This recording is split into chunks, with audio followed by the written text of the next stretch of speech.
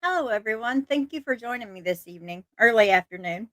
I know this is a redo live from yesterday, but we're going to kind of redo this at family's request only because we kind of, for legality issues, we kind of want to do it this way.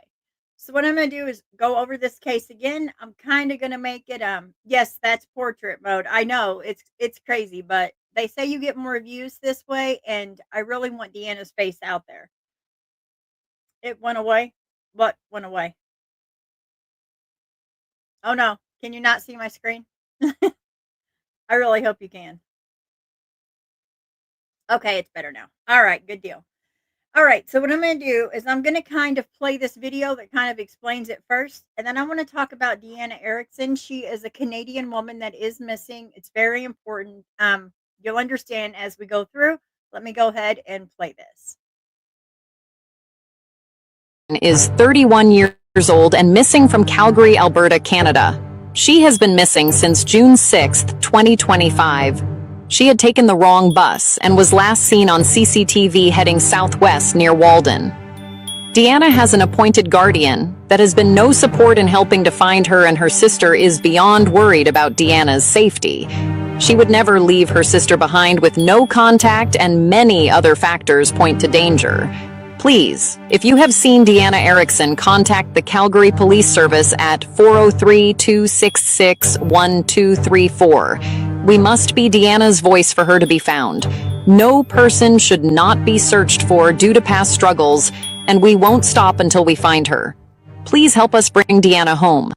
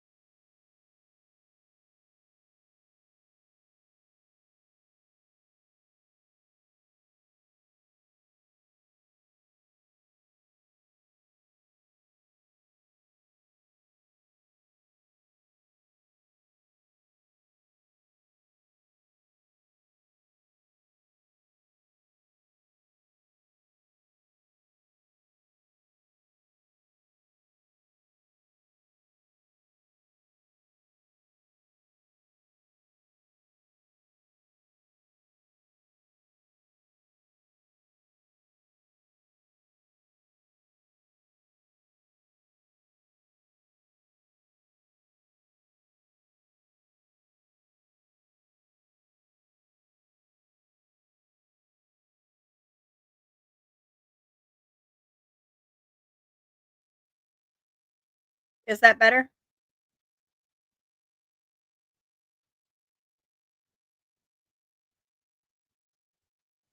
Is it better now? Can you guys hear me now?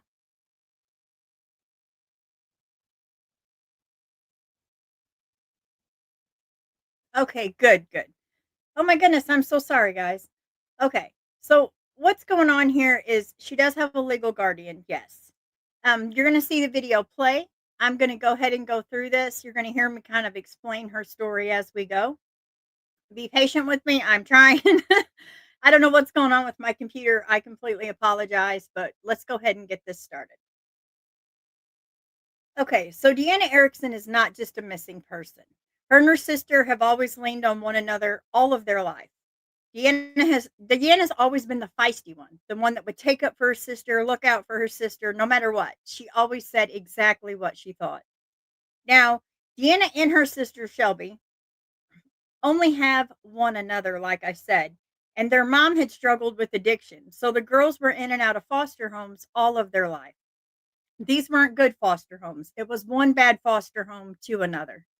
Now, as that went through, and the mom had struggled with her addiction, like I said, of course, addiction is hereditary. So Deanna always kind of struggled the same way. The problem is that when her mom had passed, it got worse. So Deanna loves pets. She was so sweet, but yet she was still that little sassy, feisty one. Let's see, it says, I'm sorry, I have so much on here. Like I typed this all out because I wanted to make it perfect. So not only did she love her pets and her sister very much, but after the death of her mom, her mentality kind of changed when her mom had passed away. Now, her and her sister both found their mom deceased on Christmas Day. And when I say deceased, I mean that her mom had taken her own life. This is a trigger warning, guys. It gets bad.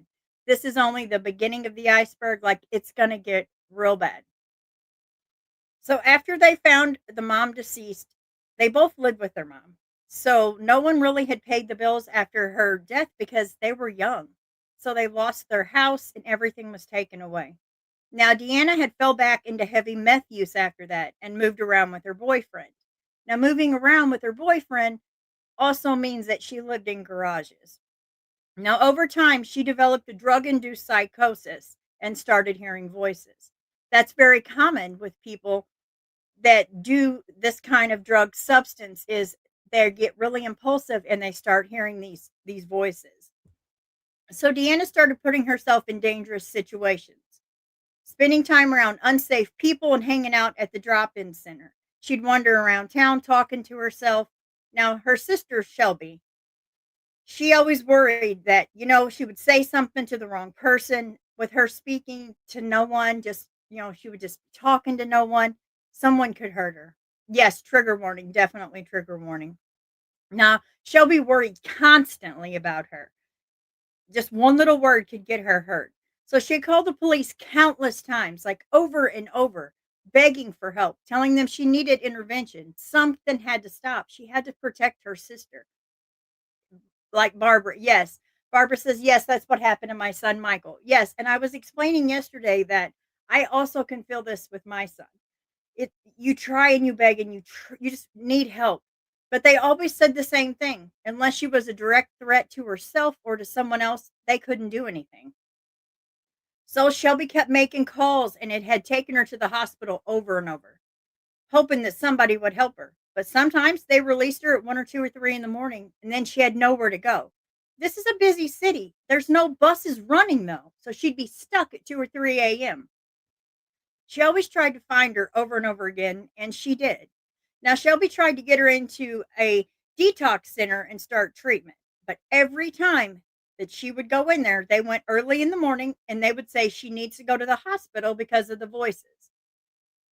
Well, as soon as they would send her back to the hospital would then say, "Hey, she's got to go back to the treatment center." So this was an ongoing cycle that never ended. It was like back and forth, back and forth. It was unreal. And this family's so heartbroken. Like Shelby just doesn't know what to do at this point. Still concerned about her sister. She doesn't know what to do. Now, while this is going on, Deanna and her sister are still grieving the loss of their mom heavily. Like they're both really, really just at that grief stage of just sadness, overwhelming grief. Finally, after a year of fighting for someone to listen, Deanna told Shelby that the voices were now telling her, or the voices were now her mom's friends, the deceased mom's friends, and that Deanna should harm them. Trigger warning, guys. So at this point, Shelby was desperate. She knew then, okay, now maybe possibly somebody will help. Now we know that there's a danger to people. They're going to help, right? Well, she was able to get her into this facility. The form was completed, and she was admitted into the I'm going to say Claire V Treatment Center. Now she stayed there for 2 years. Deanna was assigned a public guardian, and when she was in this treatment. And you look at guardianship like, okay, someone else to help me. Like if I were Shelby, I'd think someone else to help me, help her, help Deanna. Well, here we go. It's kind of going to go south from here. So she did live there for over a year. And eventually, she did really good there. She did excellent there. But Deanna decided she wanted to have an animal. And who doesn't, right? Especially in grief, you need that special animal. You need some kind of comfort. And so she moved into her own place. It was an extremely difficult time for her to even afford food and groceries, but somehow she made that work. Now, she begged her public guardian to help her get into a low income housing, and eventually they did find a building where she could have a room. But later to find out, the guardian had allowed the supportive housing's brother, now not the guardian's brother, but the supportive housing's brother, the guardian knew that the brother of the supportive housing people were going and asking Deanna for sexual favors. Now, if she didn't do the favors, he took it upon himself to make her. So this appointed guardian did know this and much more. For instance, there were frequent ambulance calls for overdosing, but never once has anyone stepped up and actually helped Deanna. Not the housing support center nor the guardian. So Shelby again tried to help and got her into the place into a place to find a room for her to rent in Douglasdale. Now this was the past November. Now one of the people living there was smoking crack and they had introduced it to Deanna. Well, Deanna fell back into this psychosis. The voices in her head were telling her she wasn't allowed to go home anymore.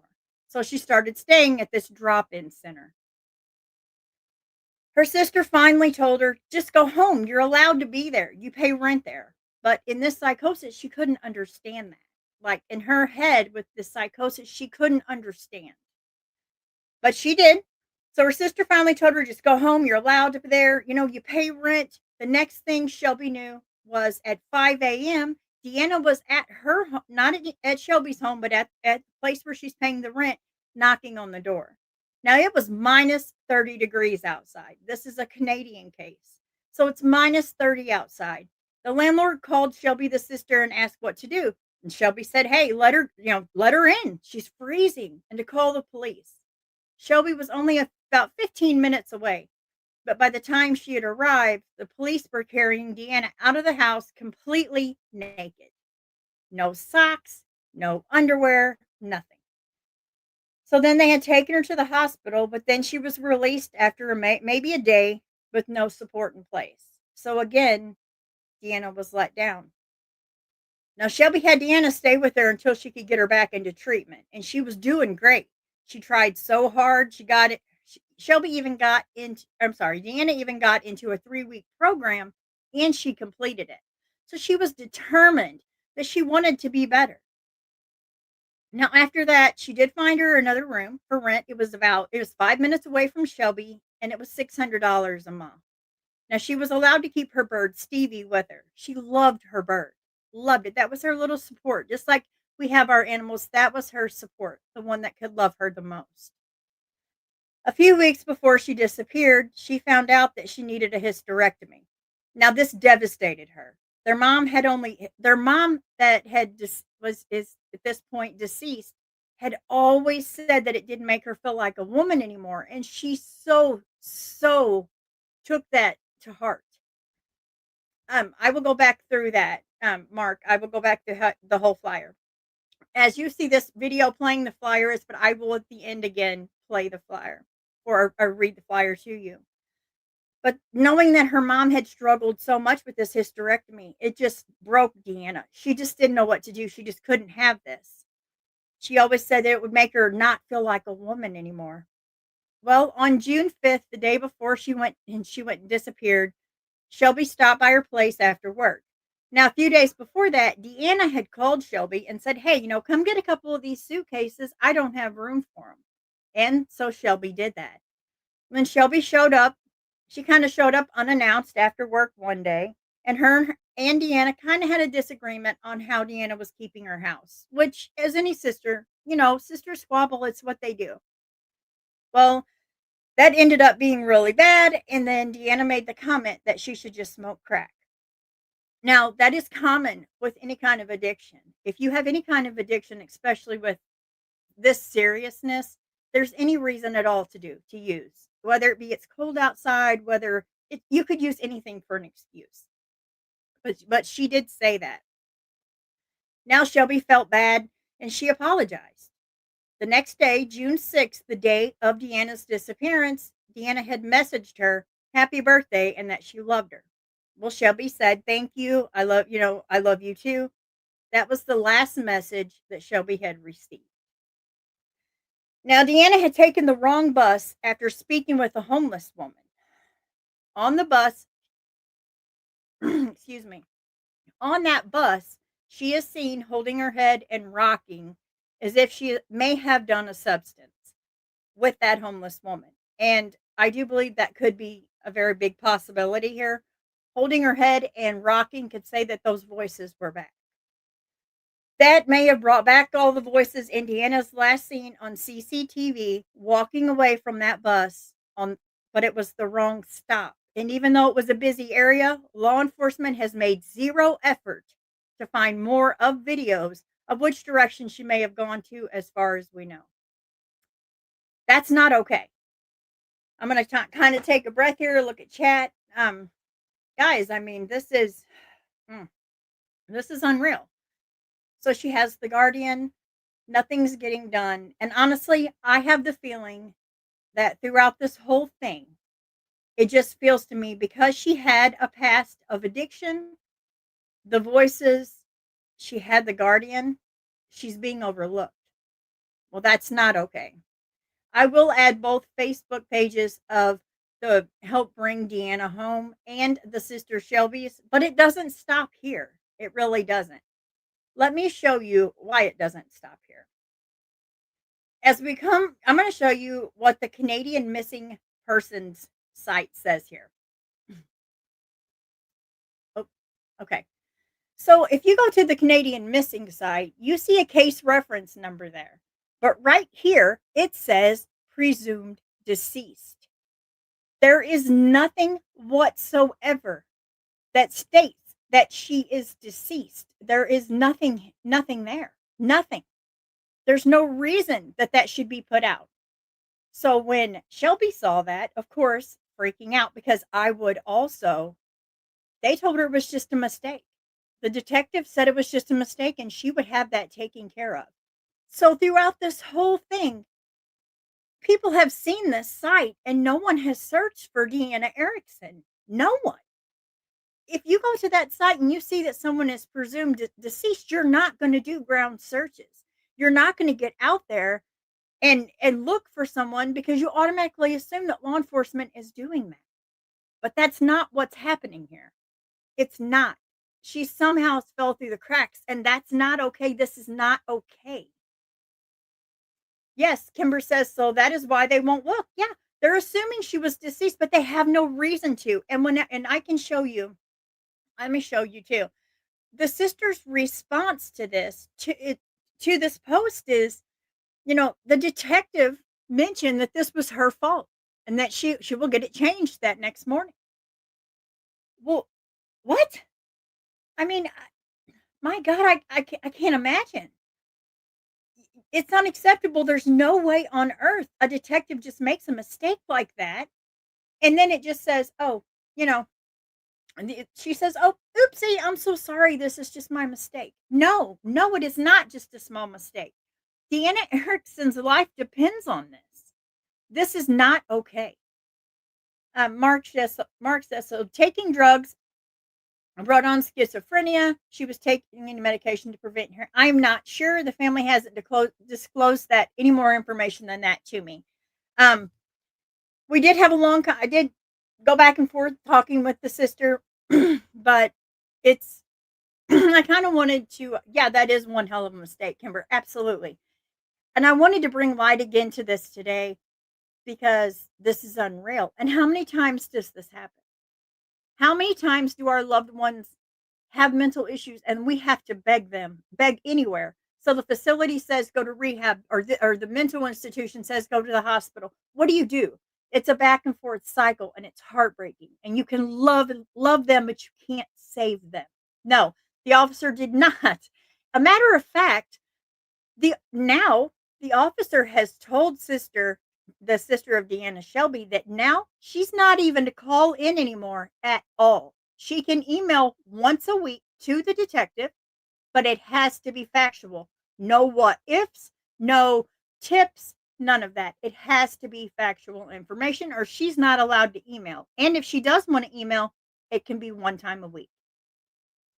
Now, like I said, this is Canada. I don't know their laws, but I'm telling you, that is horrible. Absolutely horrible. And Mark, I don't think you got to see the beginning, so I'm going to go ahead and play this video, which kind of explains a little bit more. And then I want to read a message to Deanna from her sister. 31 years old and missing from Calgary, Alberta, Canada. She has been missing since June 6, 2025. She had taken the wrong bus and was last seen on CCTV heading southwest near Walden. Deanna has an appointed guardian that has been no support in helping to find her, and her sister is beyond worried about Deanna's safety. She would never leave her sister behind with no contact, and many other factors point to danger. Please, if you have seen Deeanna Erickson, contact the Calgary Police Service at 403-266-1234. We must be Deanna's voice for her to be found. No person should not be searched for due to past struggles, and we won't stop until we find her. Please help us bring Deanna home. Deeanna Erickson.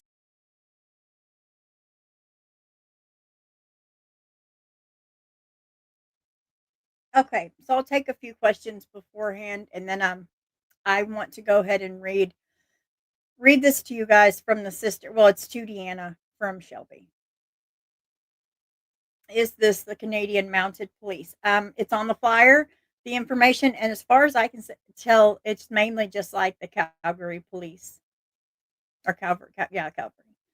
Hey, PJ, I know PJ's live, guys. Right after this, go check her out. She handles all the protests and stuff. I didn't mean to go over her at all. I just wanted to make sure I get this done for the family. This is just heartbreaking. Absolutely. So this is the message. As heartbreaking as it is, Deanna, if you see this, this is from your sister, Shelby. Deanna, please come home.